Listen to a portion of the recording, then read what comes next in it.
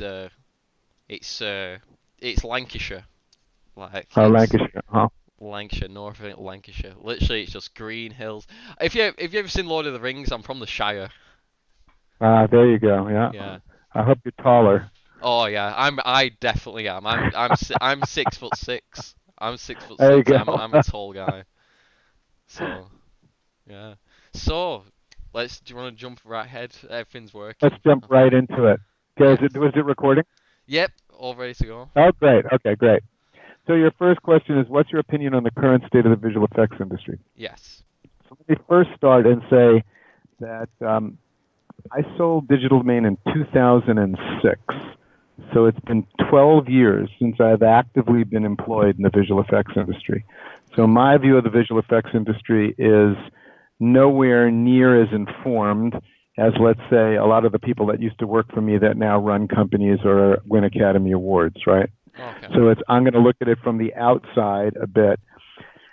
The best way for me to describe it is that um, a lot of people used to say that when I used to run Industrial Light and Magic in the 1980s, when they look back at it, they say that was the golden era of visual effects. It was the best of times. And my response was, no, actually, it was really bad Yeah. back then. It's just a whole lot worse now, Worse. Yeah. right? So what contributes to its worseness, quote unquote? Um, Number one, um, there is a much less expensive entry point from a hardware software point of view.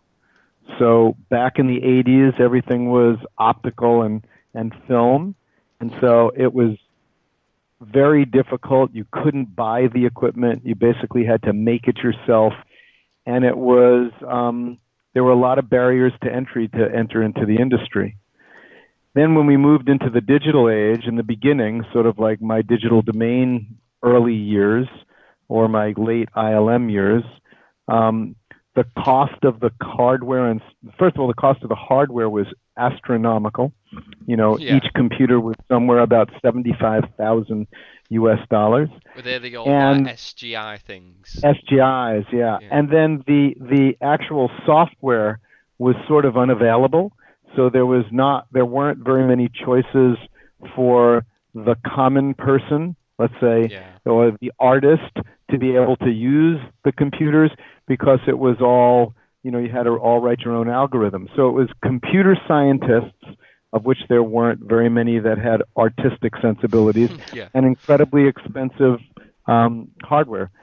Now we move forward today, you don't have to write line-based code. There are no algorithms. Everything has really world-class graphical user interfaces. Everything's a lot more Artists, artist friendly.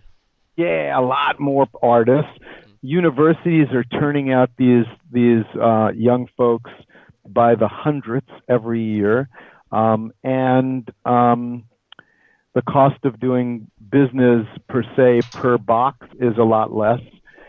So the industry has changed, and then add to it, it's now become a global industry. So, if you go back to sort of my early days, even at Digital Domain in the early 1990s, almost all the work was being done in California. Okay.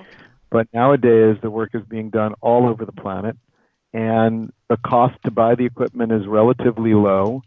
The skill set to be able to use the equipment is become more democratized, and the schools have turned out a whole bunch more people that can do it, and so therefore there's a diaspora, and it's now all over the world, and then add to that the incredible tax advantages and tax subsidies Yeah.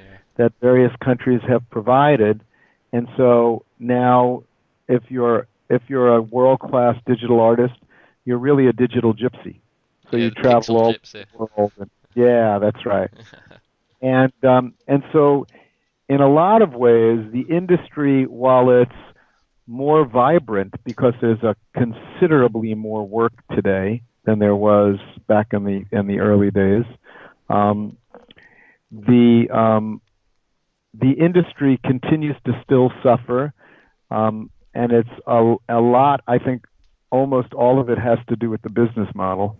Yeah. And the business model is you enter into a fixed fee contract, Yeah. Fixed bid. and you have and you have all of the fixed bid, and you have all of the responsibility and none of the authority as a visual effects facility, and so you wind up not making any money. So I think the industry is worse. The abuse of talent is worse. The opportunities are more because there's more of it, particularly for younger folks to get in, and the barriers to entry have been lowered. So that's the current state. Well, I don't know. It's all a bit crazy. I've just been researching up on all this for the past few weeks, and Yeah. what do you kind of think of people when I see all this stuff about the tax incentives and kind of countries stealing each other's work?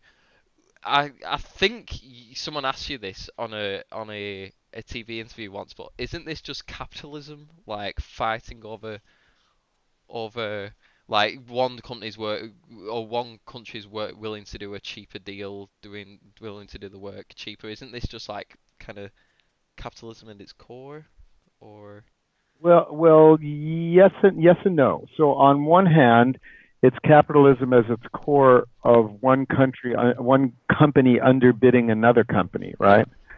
So that's sort of capitalism at its core.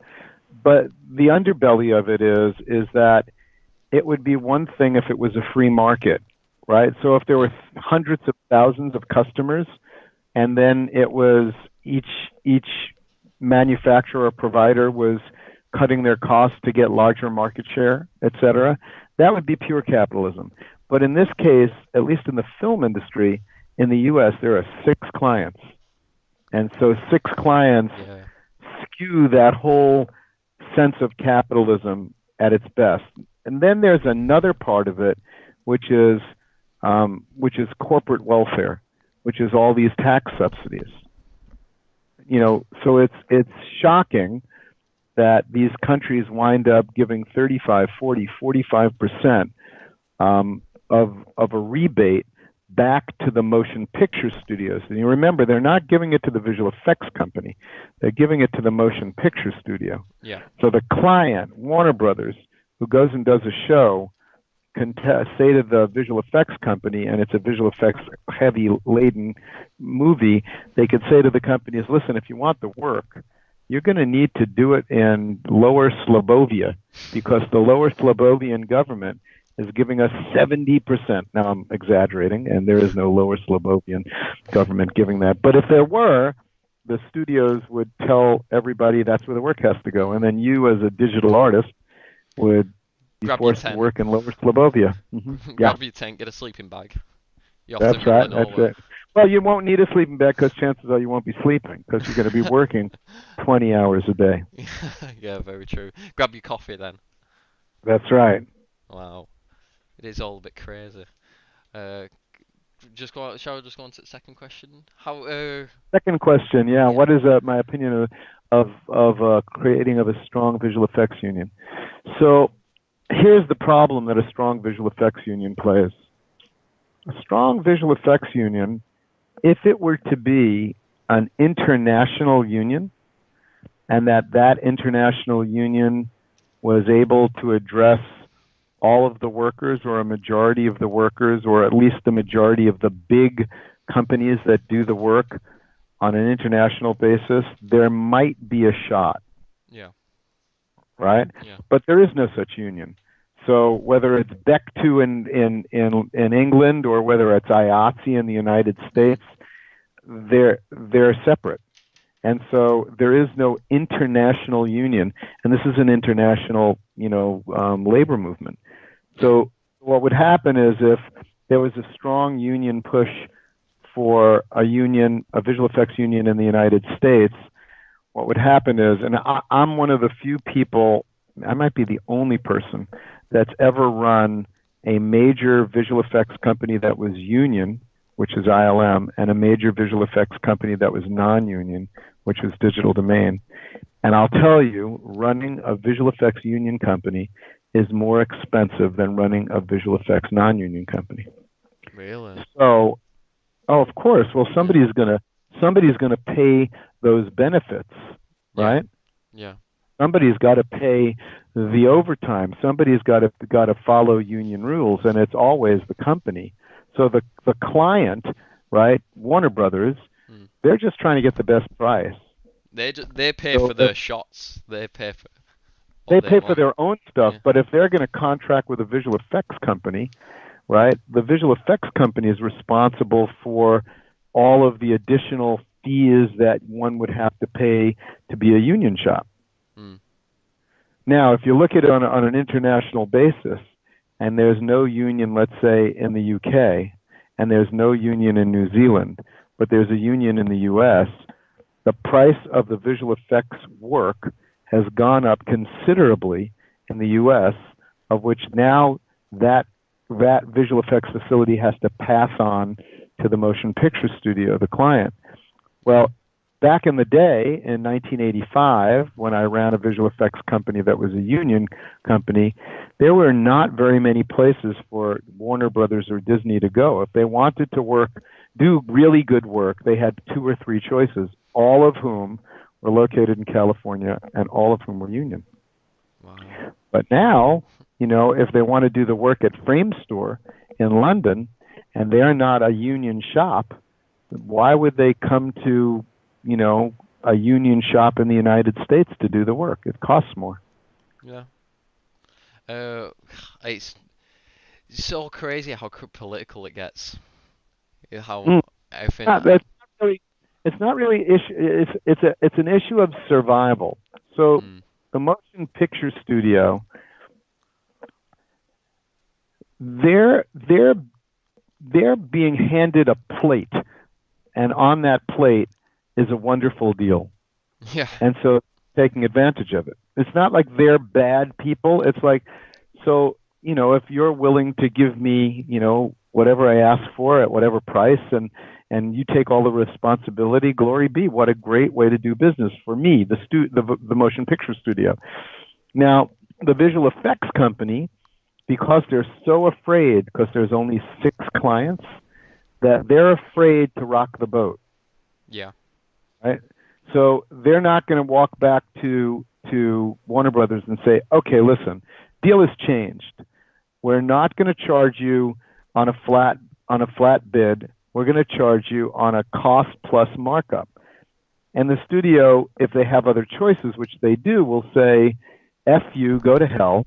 I'm going to the Frame Store or to DNEG or whoever is going to give me the lowest price on a fixed bid. So the only way to change that model, which is something I've tried and tried and tried, but everybody's so scared, is to put a trade association together, an international trade association, where all of the major players that can join, people like ILM can't because they're owned by Disney, but the people like Weta and DNEG and Framestore and Digital Domain, Prime Focus, the big players all got together and said, we're going to form a trade association. And then the head of the trade association goes to the studios and says, okay, there's a new sheriff in town. We're no longer gonna charge on a fixed contract business model. We're gonna contract on a time plus materials, and that's the way it's going to be. So what does a studio do? What does that motion picture studio do? They need to get Avengers done, Yeah. so they're just going to have to accept it. Yeah. The problem is that all of those studios that I just mentioned, the only thing they have to fear is fear itself. They're incredibly fearful, and so they won't do it. So they continue to swim to the bottom. Yeah. I've heard that. I've heard that saying a lot. That it's just a race to the bottom now. That's right. All right. So then the last one is: do you see a brighter future ahead for the visual effects industry? No. Mm-mm. Not at all. Not at all. No. Would you? Actually, I feel it getting worse because what's going to happen. So here's another take, right? So back in 1993, when I started Digital Domain, leaving Industrial Light and Magic, I needed a term when I was hiring these people, and the term was needed because I needed to categorize them into pay scale categories. And so whether you were a technical director or a compositor, or whether you were a modeler, or whether you were a lighter, whatever it was, I broke them down into three categories. So you would be a modeler, but you would be a digital artist 3, right? And that meant you were sort of entry level, or 2 mid level, and a digital artist 1 being senior level. And I did that across all categories. Well, what happened was everybody sort of embraced the term digital artist. The fact of the matter is that if you go into any visual effects studio, I would say there's a small percentage, 10, 15, maybe 20% of the overall visual effects worker community that works within that studio that actually could be termed an artist. Yeah. The rest of them really are manufacturers, right? So people that are doing, compositing, or people that are doing match moving, or people that are doing color grading, or, it's really the folks that are putting the wheels on the car and the carburetors in the engine. They're not designing the car. Yeah. Follow me? Yeah, I get it. So, all right. So given that, what we've seen is there's been this transition. So there are a couple of things that are happening. The first thing that happened is the studios wound up chasing tax subsidies and tax credits. So the first place they went was English-speaking countries that were offering tax credits. So if you were a motion picture studio, it was far more advantageous to do your work, let's say, in London, where they all spoke English, and you got your tax subsidies, than it was, let's say, to take it to China, where everybody spoke Mandarin. Yeah. Even though the Chinese cost to do the business might be considerably less, you didn't have all of the pixel, and all the pixel gypsies that wound up migrating from Los Angeles and other places in the world that went to London, that wound up building up, Soho Net and what was happening in London, because they were not moving to China. Yeah. So the first effort of the studios was, how do we get this shit cheaper? And it was tax subsidies and tax credits. And that has lasted for like 20 years. Wow. But at some point, in my opinion, there are going to be governments, or better yet, the people are going to say, what the hell are we doing giving all this money to frickin', Disney for? This giant it's cool corporation. A giant American corporation, right? So the British government at some point is going to say, now, wait one second, first of all, we need firemen and policemen and infrastructure and buildings and education and teachers. Why are we giving all this money to this giant mega billion-dollar American company? Right? At some point, could you not also argue that they kind of give it back in work, or? What do you mean they give it back in work?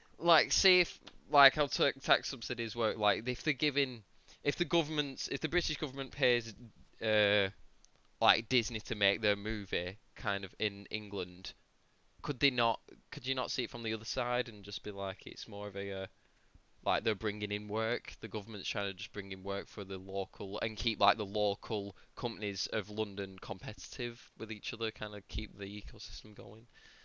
Well, you could say that, and I think that's what they say, but it's all bullshit. Because the fact of the matter is, and you'll see what happens when Brexit takes hold, is that the men and women that work at those companies in London to do the work of an American mega billion-dollar global corporation are about 50% of them are British citizens.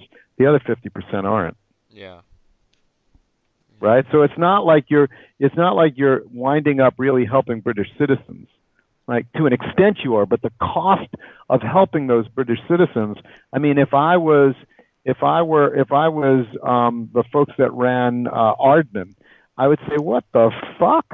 Why are you spending 1.7 billion pounds on helping foreign national companies while I'm starving and I'm trying to make movies.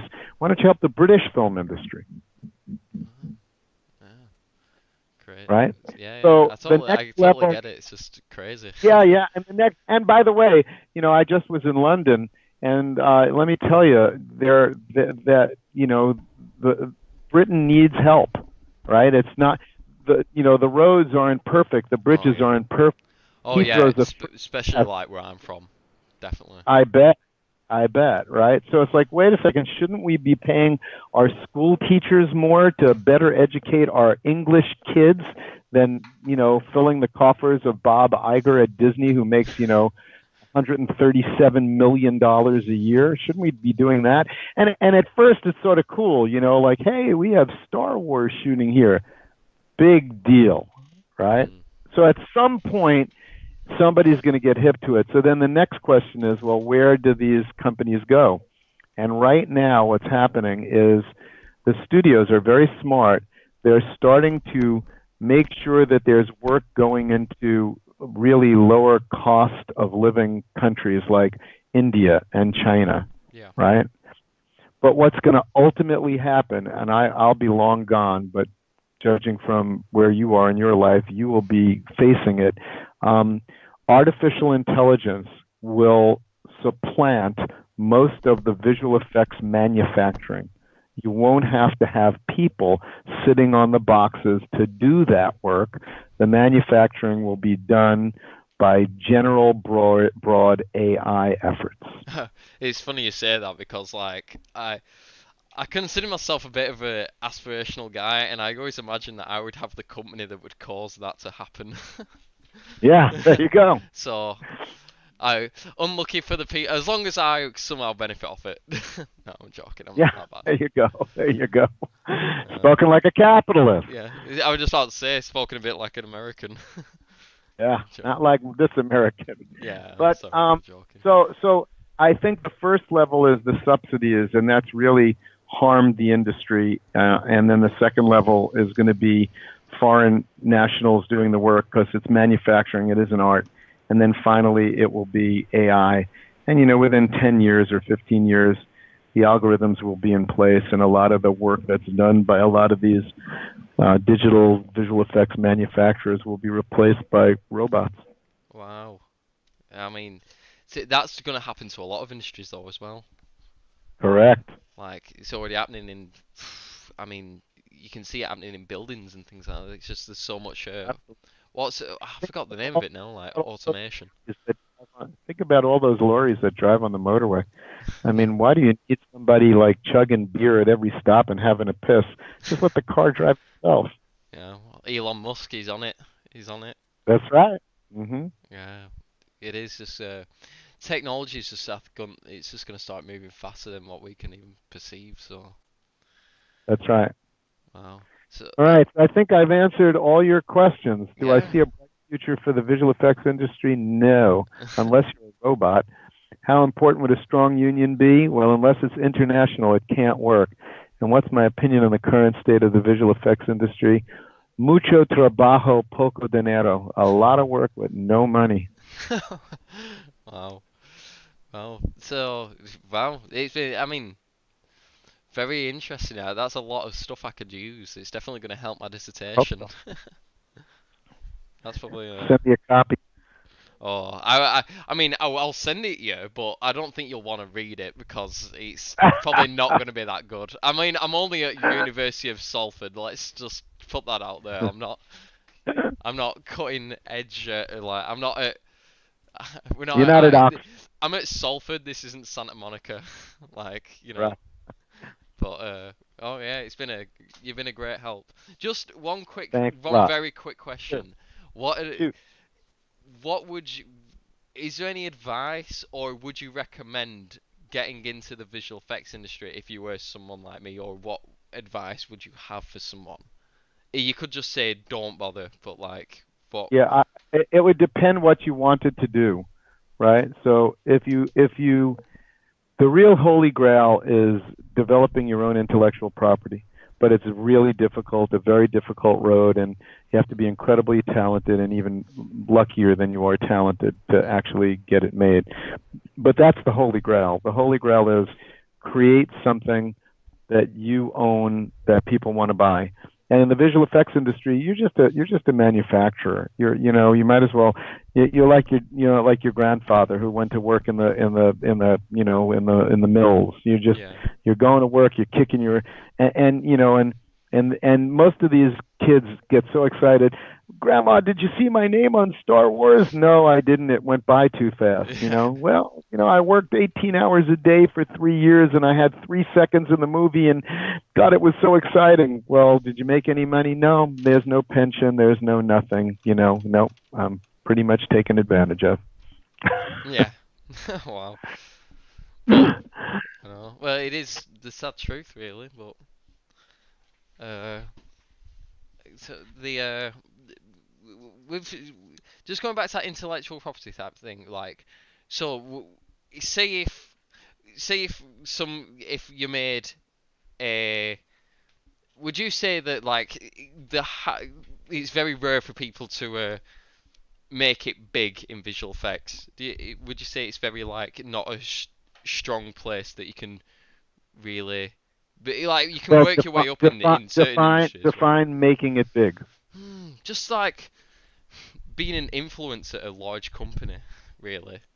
Not saying like making it plus 100 grand, like a year. If you made you can make 100 grand a year. Yeah, I mean, if you looked at the pyramid of visual effects workers, if you were very, very good at being a compositor, or very, very good at being an animator, or very, very good at being a producer, there is a fairly large group of people within the visual effects industry that make 100,000 pounds, euros, dollars a year.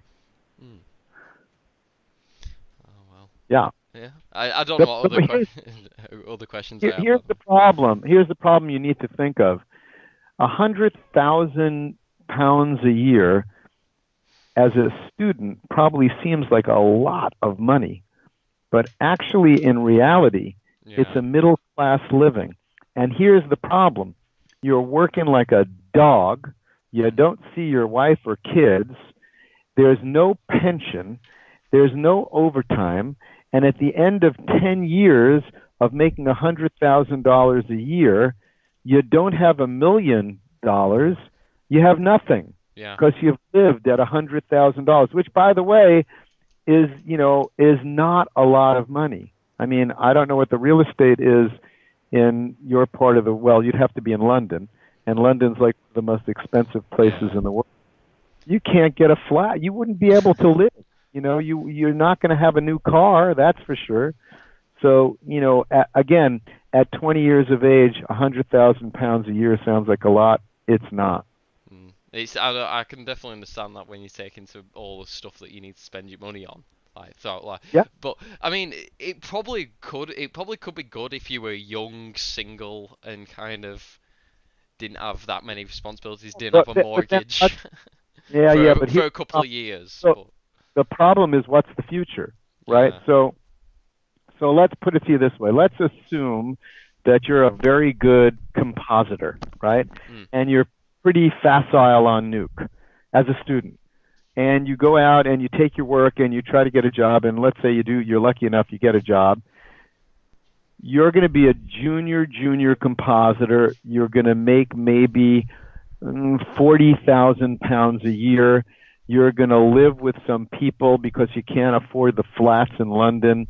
You won't have a car. You're going to be working 12 hours a day, 5-6 days a week. And you're going to do that for about 2 years. And then if you're really good, you might get a bump, and now you become a mid-level compositor, and you're making 65,000 pounds a year. And so what you're doing is you're living to your salary, right? Yeah. So it's not like you're putting away money, because 65,000 pounds a year. The good news is now, instead of having 2 roommates, you only have 1 roommate. And instead of eating fish and chips twice a week, you're eating it 4 times a week, right? So and then at some point you're making 100,000 pounds and you're 35 years old, and you meet a girl and you get married, and now what? You can't afford a house, Yeah, right? got no. You So literally lived at check to check, like yeah, month to so month. you live, and now you have a decent life living check to check. I mean, you're making 100,000 pounds. You know, you're going to the pub, you're drinking the beers you want, you're having the food you're eating. You might go on a vacation to Greece. You know, things are okay. But now you're 35, and you're going to do that. Now you start having kids, and then you got to send them to school. And now you're 40, 45, and you're making maybe 125 pounds, thousand a year. But what happens when you're 50? Yeah, and you can't do the same amount of hours that you probably could at 20 as You well. can't do anything because you just laid off because frankly you're too expensive. And there was this young kid that came in right out of school, and he's quite as almost as good as you are, but he makes one third the amount of money you're making because he's at 40,000 pounds. So they hire him, Mm. and then you're laid off, I and you mean, have no y- pension. you see that happening all the time now, where it's just like they don't even hire a senior; they'll just get like three Right. juniors, and then they'll just be That's like, right. "Oh, you can come work with us for 4 months or something like that," and then That's right. And we'll give you beer and pizza. Isn't that great? I mean, a lot of students will be enticed by that, but That's you right. have to put your adult. You have to think. You have to like if you're living in London and or anywhere that's expensive, you can't just be a And frankly, if you're gonna live in a country that speaks English or a country that you want to live in, and you're in the visual effects industry, you're either in Vancouver, Montreal, London, L.A., New York, or New Zealand or Sydney. Where else are you? mm, And let me tell you, each one of those areas are expensive to live in. yeah. And if you're making $100,000, pounds, or whatever, you're doing okay. You know, you're living a pretty nice life. You have a nice flat that you're renting, and you're driving a nice car. And but then when you get laid off, what do you do? So these, so I just want to finish off on this. I don't want to take too much of your time, but the companies like Frame Store, DNEG, or even ones in like Sydney, like Animal Logic and things like this. Yeah. th- Would their profit margins would they be absolutely minimal? Like, Oh, they would not only be absolutely minimal, they might even be losses. yeah. So why would these companies even bother? Well, think about it. So if you're let's say the guys that ran DNEG, Mm, who by the way lost money almost every single year. But what they were doing is they were paying themselves, maybe 400,000 pounds a year as a salary. yeah. The two guys that were running it, so they were living a pretty good life. 400,000 pounds a year. They bought a house. They were driving Jaguars. They had a good life because it was their company. Now the company wasn't making any money, so there weren't really any investors in the company. It was a privately owned business that they ran for the benefit of themselves and their employees. Yeah. Now, when you have a company like Disney, who owns Industrial Light and Magic, and let's say they lose money every year, Disney has to ask themselves, well, if I didn't have Industrial Light and Magic, could I make Star Wars? Or Sony's got to ask themselves, if I didn't have Sony Pictures Imageworks, could I make Spider-Man? So while they might lose $20-30 million a year at Sony Pictures Imageworks, they make $750 million a year on Spider-Man. Yeah. So it's a loss leader that's worthwhile for them. It's just a drop in the bucket, really. Hmm. Wow. Okay. Well, is there? I haven't really got anything else to ask, but Well, you're quite welcome. Have a great night. Don't stay up too late. I'll try not to. It's been great All speaking to right. you. Cheers. Yeah. Uh, Thank you. I yeah, enjoyed it. you'll really help All my right. grade go up. Ah, Really help my good. grade. Yeah. All right. Uh, Cheers. all right. Good Thanks. night. See ya. Bye.